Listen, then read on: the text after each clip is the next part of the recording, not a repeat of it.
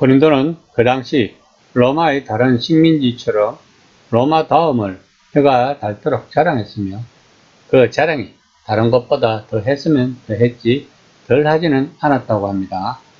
또한 황제를 숭배하고자 새로 지은 신전은 일부러 그 지역의 다른 신전보다 조금 더 높게 지었습니다.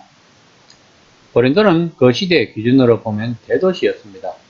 이 식민지의 원주민들은 로마에서 온 노예 출신의 자유인, 말하자면 노예였다가 사회적 지위가 올라간 사람들이었습니다. 로마의 사학가들은 교육과 수송에 더없이 좋은 이곳에서 이윤을 올리고자 노예 출신의 자유인들을 한데 모았습니다. 고대 세계의 다른 도시처럼 고린도는 빈부의 격차가 매우 컸습니다. 부자는 극소수였고 가난한 자가 많았으며 인구 가운데 절반이 노예 신세였다고 합니다. 그렇지만 고린도는 가능성으로 가득한 도시이기도 했습니다.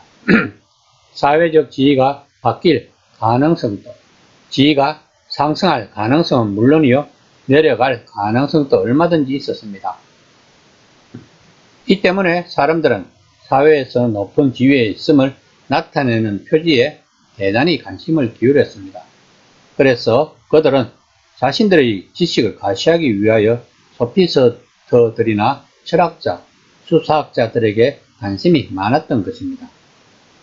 바울과 초기 그리스도인이 중요하게 여긴 것은 구원받은 영혼이 이 세상에서 건진받아 먼 천국으로 옮겨지는 것이 아니라 하늘과 땅 전체가 온 우주의 갱신이라는 위대한 행위를 통해 하나가 되고 이 온 우주의 갱신 안에서 인간의 몸도 다시 새롭게 되어 새 세계에 자리하여 새로운 나라를 이끌어 나가는 것이었습니다.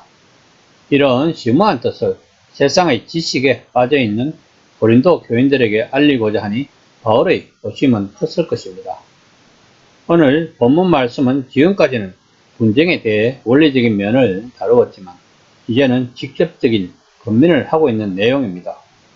고린도 교회의 분쟁의 원인은 사람의 지혜를 높이 평가하고 사람을 따르는 데 있었으므로 사람의 일을 자랑하지 말 것을 권하고 있습니다. 3장 18절 말씀입니다. 아무도 자신을 속이지 말라. 너희 중에 누구든지 이 세상에서 지혜 있는 줄로 생각하거든 어리석은 자가 되라. 그리하여야 지혜로운 자가 되니라.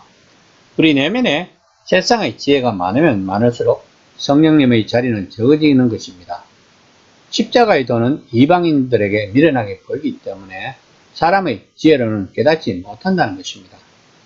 인간의 이성으로는 하나님의 깊은 뜻을 이해하지 못한다는 말입니다. 오직 성령의 은혜로 하나님을 알고 믿게 되는 것입니다. 3장 19절 말씀입니다. 이 세상 지혜는 하나님께 어리석은 것이니 기록된 바 하나님은 지혜 있는 자들로 하여금 자기 꾀에 빠지게 하시는 이라 하였고, 자기 꾀에 빠지게 하시는 이 말씀은 욥기 5장 13절을 인용한 구절입니다. 세상 지혜의 어리석음을 강조하고 있습니다. 세상 지혜를 추구하는 자들은 자신의 안위와 육신을 위하여 추구하는 것이기 때문에 이런 세상 지혜의 욕망이 많으면 많을수록 하나님의 뜻은 모른다는 것입니다. 바울은 이런 고린도 교인들에게 새 창조에 대하여 전하려고 하니 많이 답답했을 것입니다. 3장 20에서 21절 말씀입니다. 또 주께서 지혜 있는 자들의 생각을 헛것으로 아신다 하셨느니라. 그런즉 누구든지 사람을 자랑하지 말라. 만물이 다 너희 것임이라. 자랑은 고린도 교회가 순식간에 빠져든 위험이라고 바울은 말하고 있습니다. 바울의 말은 유대적 사상 체계를 알아야 뜻을 알 수 있습니다. 유대적 사상에 따르면 오는 시대가 이곳이 온전히 임할 때 하나님의 참 백성에 속한 이들은 하나님께 순종하면서 세상을 통치할 운명이라고 생각하고 있었습니다. 바울은 예수님의 부활이 이 새로운 세계가 도래한 것이라고 믿고 있었습니다. 그러므로 예수를 믿는 자들은 새 창조의 주역이라는 말입니다. 그런데도 고린도 교인들은 자신들이 얼마나 위대한 성도들인지를 알지 못한다고 바울은 이야기하고 있는 것입니다. 3장 22에서 23절 말씀입니다. 바울이나 아볼로나 게바나 세계나 생명이나 사망이나 지금 것이나 장래 것이나 다 너희의 것이요 너희는 그리스도의 것이요 그리스도는 하나님의 것이니라.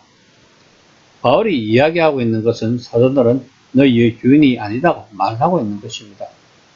도리어 그들은 교회의 재산이며 여러분을 믿게 하는 조, 즉 사역자들이라는 것을 알아야 한다는 것입니다.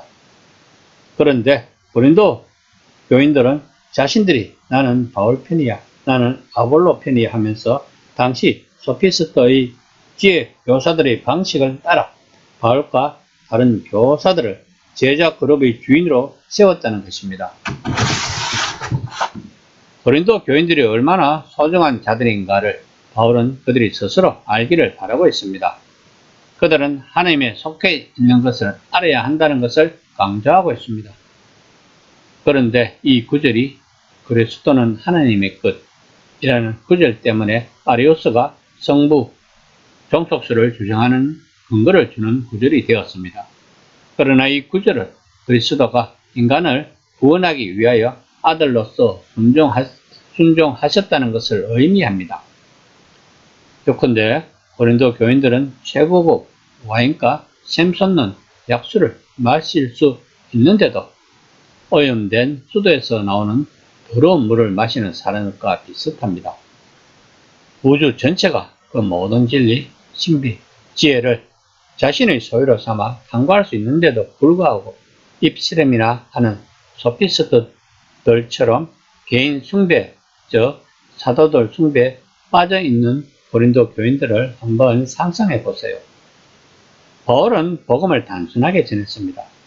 즉 성경은 죽었다가 부활하신 메시아를 이야기하며 이 메시아가 바로 예수라는 것을 전했습니다. 바울은 이 모든 것이 어떻게 역사하는지 이해할 필요가 없다는 것입니다. 고린도 교인들이 할 일은 예수님이 부활에 근거하여 하나님에게 부름을 받았다는 것을 믿는 것입니다. 그렇게 믿는 것 자체가 하나님의 영이 당신들 안에서 살아 계셔서 당신들을 그분의 성전, 곧 그분을 예배하고 찬양하는 것을 우선적 임무로 여기는 백성으로 삼으신다는 표지다고 바울은 전하고 있습니다. 이 시간에 나는 기독교를 어떻게 받아들이고 있는가를 한번 생각해 보는 시간이 되었으면 합니다. 그저 모태신앙이기 때문에, 아니면 사회적으로 살아가려면 필요해서, 아니면 나의 자아를 하나님에게 찾고 싶어서,